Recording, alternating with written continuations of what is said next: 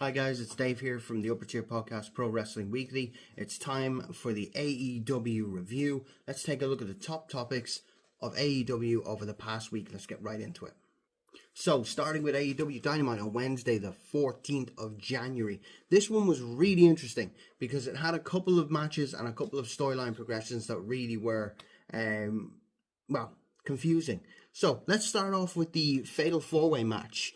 The winner gets a future shot at the AEW World Tag Team titles. It was the Young Bucks versus GOA versus Jet Speed versus the Don Callis family. Now, my biggest gripe with this one is, it was a great match. I love Fatal 4-Way tag matches. I love that type of thing. And this was a really, really good one as well.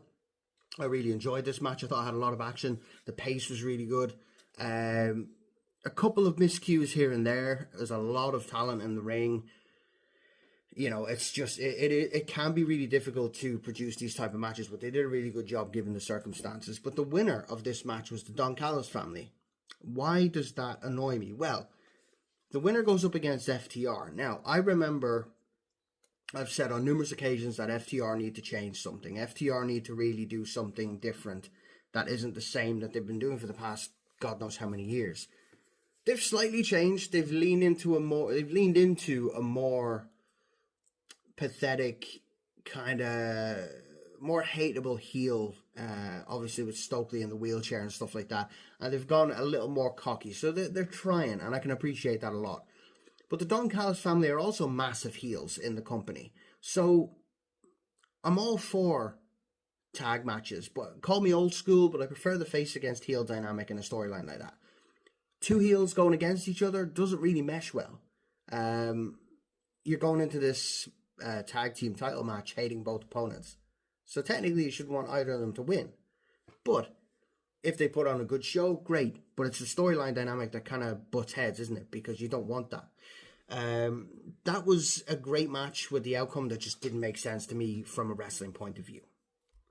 So we come to another storyline that's been really, really fun to watch and really, really fun to keep an eye on, and that is Darby Allin versus Pac. This has been a ruthless storyline, and I love it.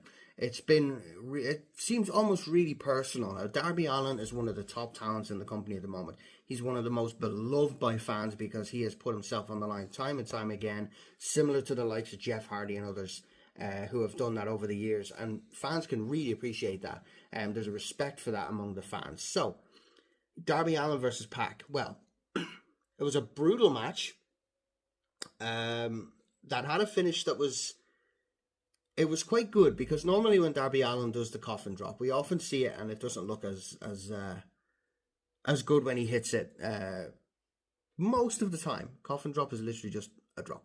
Okay, it's like a reverse splash without any effort put in. It looks like he's just falling asleep and falling backwards, right? The biggest spot in this match caused a lot of controversy because a lot of people thought, Darby Allin, you need to stop this stuff. You're going to end your career like before it even gets to its highest peak. Now, this involved a spot where Pac belly to back suplexed Darby Allin onto a set of steps. Now, he caught it like right onto the 3 steps. Now, somebody in a group chat mentioned this to me and said, this guy's going to die. You know, this guy's going to cripple himself before he even gets into the peak of his career. Well, here's something I looked at. I kind of slowed the video down. I was very clever. When he does the belly to back suplex on the steps, the first point that hits is the shoulder blades, right across the shoulder blades. Now, I did a bit of wrestling training myself years ago. I had no intention of becoming a professional wrestler. I did 6 months of training purely to find out what it was like.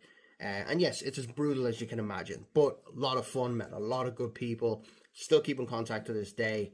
And it was a lot of fun. It was a good experience. I learned what I wanted to learn. But the shoulder blades are where you take the bumps. When you take a bump on a wrestling mat, it's the shoulder blades you need to aim for.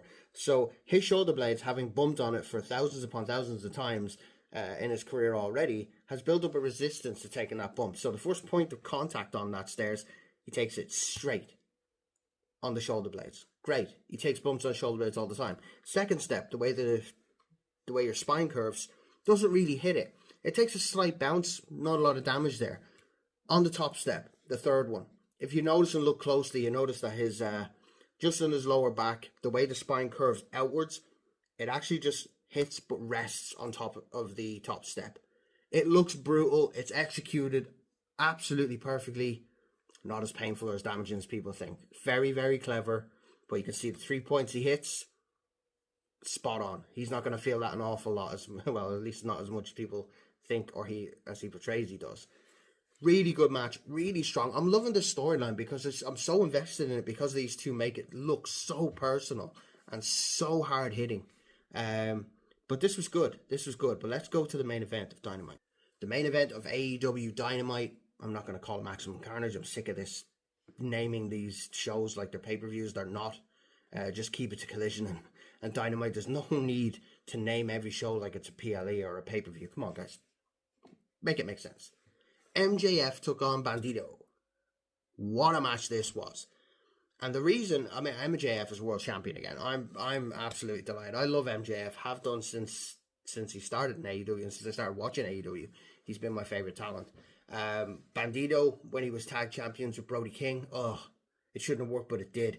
They were so good as tag champions, and now that they put the ROH World Championship on him, he's carrying it so well. He's such a good talent, Bandito, and I think these two mesh really well in the ring because these two are seasoned professionals. They know what they're doing in there. And obviously they spoke before about it and how they were going to execute this. And it was really, really enjoyable, I have to say. I just loved, there was nothing on the line. It was just a really enjoyable heel versus face wrestling match. We all know how good MJF is. We all know how good Bandito is. And this just really was just fun. I really, really enjoyed this match because it shows that,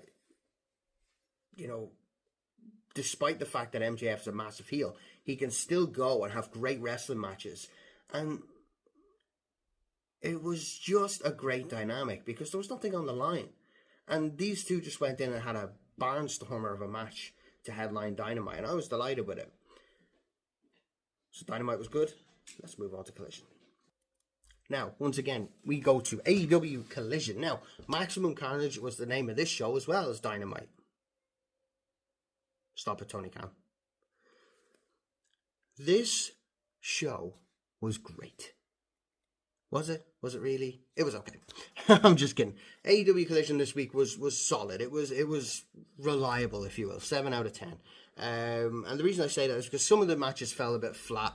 There was a little bit of miscues, quite a bit here and there in some of the matches. But we'll go to the main talking points on Collision this week because we had a couple of matches that were actually really, really solid. But the 3 main talking points for this week were the Ops against Hangman Page and Jet Speed. Now, we kind of loosely spoke about it on other sections of the podcast about these trios championships and how they can be made relevant again, because the Ops have held them for quite a long time, haven't really defended them an awful lot, which is kind of sucks, really. Let's face it. I mean, if you have a title, you should be defending it. They weren't. 180 something days they had these titles and hardly any defenses. So this one I kind of went in thinking, it's a defense, but somehow they're going to keep the titles. Before we get to the main event though, I want to talk about the return of Andrade, because this held a lot of gossip and a lot of headlines in the wrestling world. Basically, he left WWE again, and they held a no-compete clause of a year over his head. He was fighting this. And you have to remember, these no-compete clauses are a joke because, well, this guy's a professional wrestler. He's a talent. It's how he earns his living. So for a company to say you can't do this for a year, that's a year's worth of wages gone. How the hell's this guy meant to survive? Yeah, okay, maybe you saved him a little bit, but that's a saving. You shouldn't have to touch that till he retires. Bottom line is, he fought this, and I'm delighted to see him back in AEW, okay? I know he's been there before, went back to WWE. Obviously, he was married to Charlotte Flair, came back to AEW, okay? I get it. There's a lot of personal stuff I can imagine why these changes happened over the last kind of 3 to 4 years, why he's gone back and forth. But this was a wonderful return. I like the change he's gave to his look. The hair's gotten longer. Dare I say, a little bit of kind of Seth Rollins style, but he looks really strong. He's a really good look to him now. And I can really respect that, because sometimes, you can go in with all the talent in the world and you can go in with all the wrestling ability in the world, but unless you have that look and that standout, it doesn't really, connect with the crowd. He did really well. The crowd were really receptive to him, did really, really well. And he had an opponent in Angelico that Andrade can hit that high flying style when he wants to.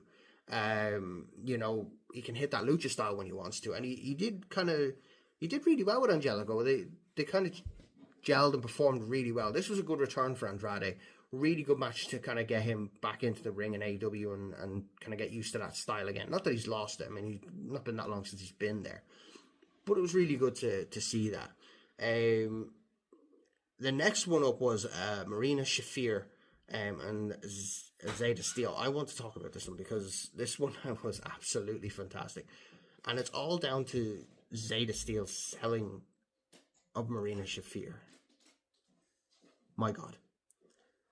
Marina Shafir hit a big boot in this match that looked so... It literally looked like just killed her. That's how good the selling was from Zeta Steel. This match made Marina Shafir look brutal. Made her look like such a strong, massive heel. And God, this match was great because it did exactly what it was supposed to do. Zeta Steel sold the hell out of this match, and Marina Shafir came out looking like a badass, a real tough talent. They've been booking Marina Shafir really, really well lately, and I've been enjoying the character progression and how she's come across on screen, and this just put it to another level. They really did well in how they wanted to portray Marina Shafir here. So good job. This was really, really good. And I really enjoyed this match. But let's get on to the main event because, as we said before, trios titles, they're kind of becoming a little irrelevant now. They need to do something with them. This was a very, very good match that hit the mark on 2 points. The titles changed hands was the biggest one. Hangman Page and Jet Speed won the trios titles. Now, I know Hangman, Jet Speed, they're not really a faction. They're not really... They were just kind of thrown together, but they work in the ring. But what it says is, this opens up the trios championships now for other factions to come after them. More title changes, more matches, and a bit more to it. So the Ops losing the championships, but in the way they did, still made them look strong. But Hangman Adam Page still has this feud with Samoa Joe, and that's still been building throughout this match.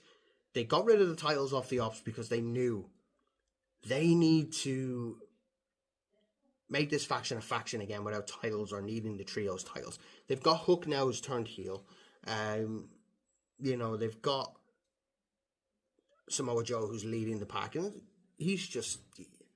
Very rarely do you get anything wrong from Samoa Joe. I mean, he is a legend in the industry, and it's been a privilege to watch him all these years. TNA, ROH, WWE, well, NXT, and now AEW. It's been so good. And sad that he's coming to the back end of it now, But overall, Collision was really, really good. The Ops dropped the titles, so now Hangman and Jet Speed need to defend these, potentially against other trios and other factions. So opens this up now for these titles to be a little bit more relevant again. But the Ops came out looking strong as a heel faction, probably one of the best in wrestling at the moment. And also on Dynamite, I've seen the return of Kenny Omega to the ring, and we'll get on that in the next show because I want to do a little bit more, maybe even a few shorts on the channel about Kenny Omega, speaking of his return and things like that, because there is a little bit of a personal connection between me and Kenny Omega. Obviously, I don't know Kenny Omega. I've never met the guy. But from a reason that he was out for so long, he had a condition that I found out I had last year. And there's a exact same condition. The only difference is he nearly died from his. And luckily enough, I got to hospital just in time. So I'll do a little bit more about Kenny Omega and his return. And obviously, there's a lot that people don't know and how much it takes to come back from this disease to that schedule. I mean, I struggle in normal 9 to 5 everyday life with it. Can't imagine what it's like on the road. Jesus Christ. So I will do more on Kenny Omega in the shorts and in other videos on the channel. But overall, AEW this week was really good. It built up the storylines it needed to build up, but it also had some cracking matches. I will highlight a few. Eddie Kingston, I'm not a big fan of, right? Eddie Kingston and Ortiz beating the Grizzly Young Veterans. I wasn't a fan of the result. I wasn't a fan of the finish. I'm not the biggest Eddie Kingston fan, but they clicked a lot in this. I would recommend going to watch that tag match because it might surprise you. That's why I'm throwing it in there. It was a surprise, and it shocked me. Marina Shafir and Zeta Steel, give it a watch. It's honestly, Marina Shafir came out of this looking like a new level, straight up. They literally, in one match, took her to the next level. And overall, MJF and Bandito, just go look at it for the rest of them, for the sheer absolute fun of it, because it was great. Both superstars looked absolutely top tier, looked the business. So AEW this week was really, really good. I really enjoyed watching it. And they're just really consistent now. I'm finding that consistency where I'm enjoying it week in, week out. They've come out, like I said before, they've come out with this Punk situation. The other side of it looking ready to build again. You know, they came out of this Punk situation really bad. Tony Khan made some wrong decisions. The talent made some terrible decisions. So, you know, it's good. They're starting to do European tours again, which they did. They obviously, I was at the one in Glasgow when they done Dynamite Collision. That was really good. I mean, 30 quid for 6 hours of wrestling, can't go wrong. They recently did Manchester and Cardiff. So I like the way they're doing the European tours, but they're also sticking to the smaller venues in the States. You'd rather a sellout, wouldn't you, in a big crowd, regardless of whether it's 5,000 to 7,000. You'd rather that fill out than half-empty arenas. Makes sense. So they're building again, and obviously they've got All In this year in Wembley, which disappointed me. I've been to the first two, and it wasn't in Wembley last year. It was in Texas. But I'm buzzing to go again this year, because the whole weekend is, regardless of whether you like AEW, it's wrestling. It's a whole weekend of fanfare.